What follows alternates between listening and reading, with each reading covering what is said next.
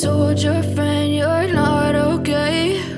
And tell me what's wrong and why you never said you felt that way. Okay, so this is going to be a video on the Karoo 2, the Karoo 1, which has surprised me because this Karoo 2 is going back, and I'll tell you why in a second. All very good, so stay around. But also, you can hear a plane going overhead now, but you can also hear birds. And that reminds me, I need a coffee to explain what today's video is about. So, yes, today's coffee is about people who take standards, don't really use them in a way that is intended, and then when everybody has bought things because of those standards, then try and do things. And one of the issues here has been very widely described. The other one hasn't. You see, I've done a lot of work with standards. I work in mobile. Standards are everywhere. And probably the ones, I won't go mobile standards, but you all understand things like Wi-Fi and Bluetooth, right? Well, ANT and the protocol ANT Plus that goes over it works in the same sort of field of the 2.4 gigahertz. And yeah, the idea is that if you take that up, that these are open bands for people to use. So it seems very strange that the timing of Shimano taking away the rights for Karoo to do this seemed a bit strange.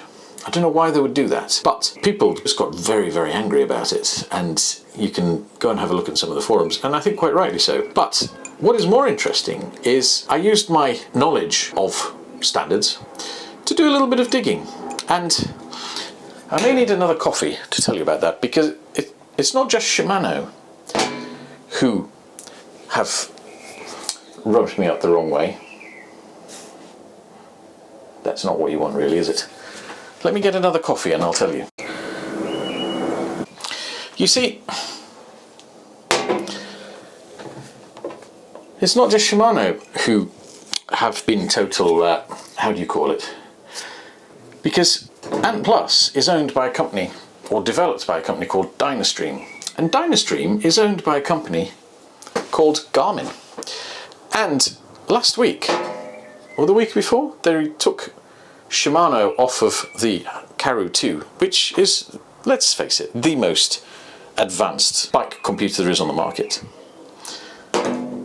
And a week later, the owners of the company that owns ANT Plus launch the third iteration of their very, let's call it troubled, not so advanced bike computer. Do you see where I'm going with this? And why I needed two coffees to explain this? I hope you do. So, what do we have here? If not, on the ANT Plus website, a shiny new Edge 1040 computer, fresh off the launch straight after Shimano takes the di2 functionality away from the Karoo 2. Interesting, because if you just looked here, you probably wouldn't make any connection whatsoever. However, if you scroll down a bit, you'll see that the whole point of a standard is that it isn't just one ant roaming around foraging for food. No. To make a standard work, even if it's not a fully open standard, it needs a community. Without an army of ants, if you were, there is no community and there is no standard. Basically, if this kind of shenanigan carries on, ANT Plus will die and Bluetooth BLE will take over almost entirely.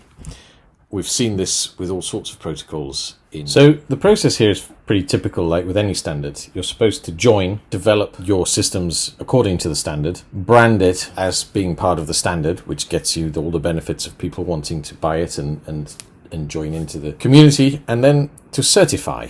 Now, from what I can see, that's kind of the give back, right? And from what I can see is that SRAM has actually bothered to certify their gear indexing with ANT Plus. Shimano didn't. So to now take that away is particularly bizarre, especially if we carry on reading and we look at these comments that we see on their websites, especially if you scroll down I mean, they say that they're committed. They say that it's... I mean, the biggest thing that really gets me here, you can have a look at these in your own sort of time, but the one that really gets me is that it's an open special interest group. And I'm really sorry, but taking away functionality that people have bought your devices based on is not conducive to an open group. And that's why I needed these 2 cups of coffee to get my point across.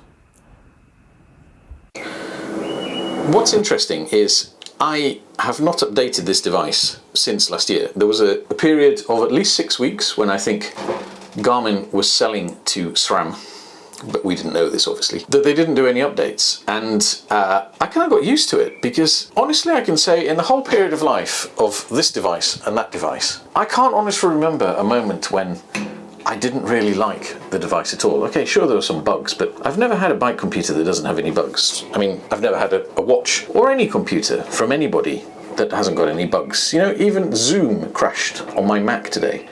Everybody was gobsmacked. Nobody'd ever had it happen, but it happens, right? I decided not to update anymore, and then I saw the Rainmaker video, which is fantastic, and he said, well, the problem is if you do that workaround, you're not going to get any of the other features that are fantastic and come around. I was going, well, do you know what? I haven't actually updated this for 6 months, and I was going to do a video when they first started updating again, and, you know, life gets in the way.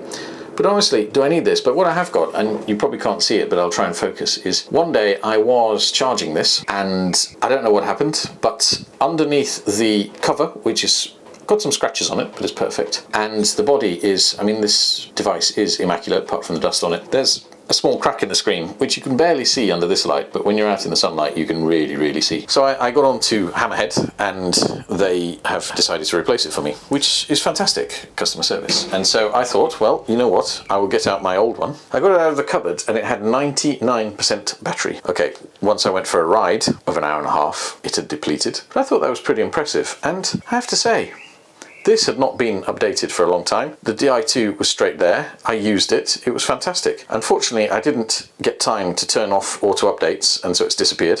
But it's still on this one. However, the problem is I'm going to send this away and get another one. So I may have to have a little look to see if we can cook APKs that still have the di2 part in one part, but you can have the modern parts. Whilst we're on the subject of Android, you may find it interesting to look at this page on the Ant Plus website, all about how you can seamlessly integrate Android, which of course the Karoo 1 and 2 are, and that all profiles will be available. Will they now? But at the very least, I would like to be able to selectively add the update of before the 2nd of June. Why? Because I quite honestly, I mean, I understand why they have removed the functionality after being told to do so, but I really don't agree with it. You know, I bought Shimano GRX.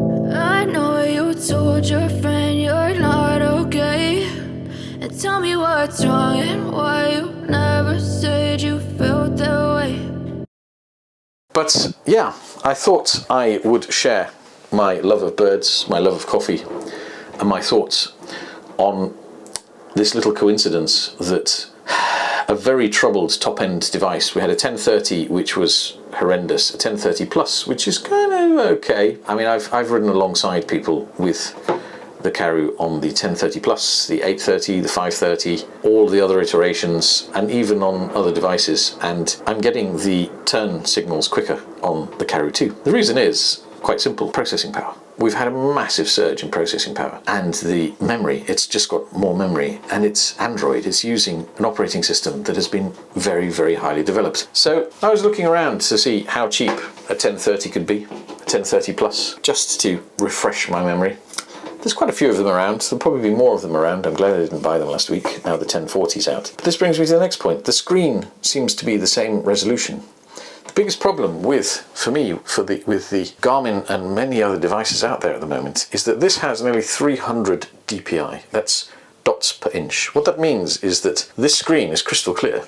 The data is crystal clear. What that translates to very simply is that when I did the South Downs Way many years ago, I'd actually use a Garmin 310 XT watch. Why? Because breadcrumbs in black and white at the resolution that was available then loaded onto the screen quicker and were more visible at more speeds and more zooms than the colour ones on, for example, I can't remember what I had at the time. I think I had a Garmin 800 and then an 810 and an 820. And sometimes it would just be drawing the map whilst you're trying to look where you're going. But the other side is you carried on having to zoom in and zoom out because the screen resolution was not enough to be able to see the map at all the zoom levels that you wanted to do. This has the DPI to be able to see the maps on the fly whilst you're cycling at various zoom levels. It's fantastic. And the same goes for data fields. I always used to have on the Garmin devices probably 6 data fields max. On this one I have about 12. Why? Because even though they're smaller, you can read them within milliseconds because they're just crystal clear. To me, that's the difference between crashing into something and not. It's just, it's just night and day. So I will let you know how I get on with the new software when I get this back, and I'll show you another trick for a lanyard that I hope you'll like. But in the meantime, I'll also tell you about how I got on with the original Karoo. Instead of, I didn't even look at a Wahoo. But no, I'm sticking with Android, better processing power, better memory, and people who are dedicated to my experience as a customer, as opposed to trying to cook or dominate the market and peg up substandard equipment. I think it's about time in this industry that, we wake up and smell the coffee and call out birds as birds when they're birds.